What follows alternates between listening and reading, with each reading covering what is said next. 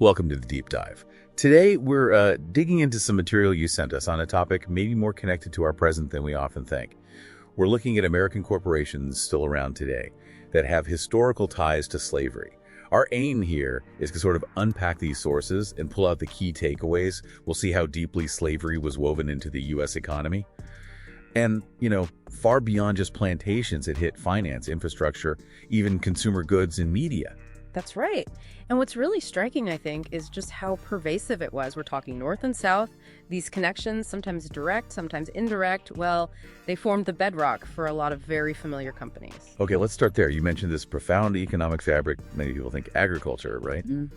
But how exactly did the financial sector get involved? What did that actually look like on the ground? Well, the sources show it was astonishingly direct. Take JP Morgan Chase's predecessors, Citizens Bank and Canal Bank. They didn't just lend money to slaveholders, they treated enslaved people themselves as, assets, as collateral. They accepted something like 13,000 enslaved individuals for loans. 13,000, wow. Yeah, and if the borrowers couldn't pay, the banks took ownership. Happened with about 1,250 people. They became bank property.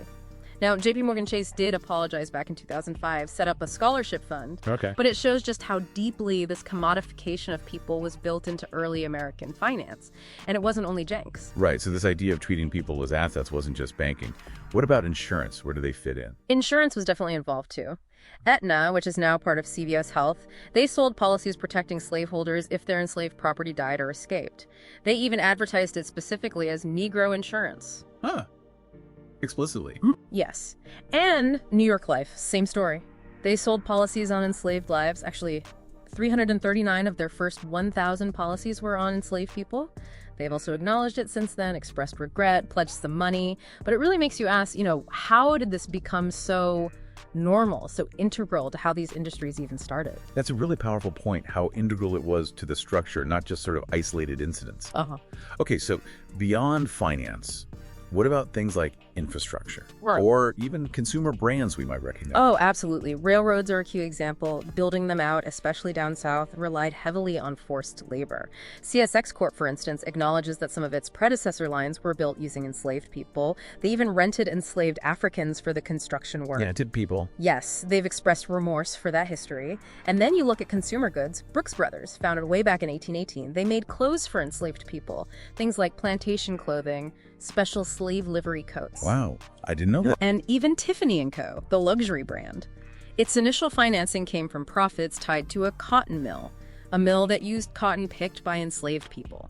So the connections really spiderweb out, don't they? Even into things like media. How did newspapers get involved? Well, they played a pretty significant role, actually. A lucrative one. Antebellum newspapers, including papers that were predecessors of companies like Tribune Publishing. The Hartford Courant is one example. They regularly ran ads. As for what?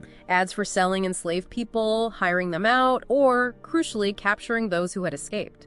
These ads were a major, reliable source of income for the papers. The Hartford Courant did apologize for it back in 2000, calling it a terrible practice. Okay. So understanding all this, the deep roots, it really does kind of reshape how you see American economic history, doesn't it? It shows not just, past influencing present, but how specific financial practices, labor exploitation really built the foundations for corporate wealth today. Exactly. And if you connect that to the bigger picture, you really see how profoundly slavery shaped our current economic landscape. It helps explain the persistence of things like the racial wealth gap. It's not just about saying sorry for the past. It's about understanding how the very mechanisms of making money, of building capital, were fundamentally tied to treating people as commodities. Right. And knowing this history gives you, the listener, a really important lens.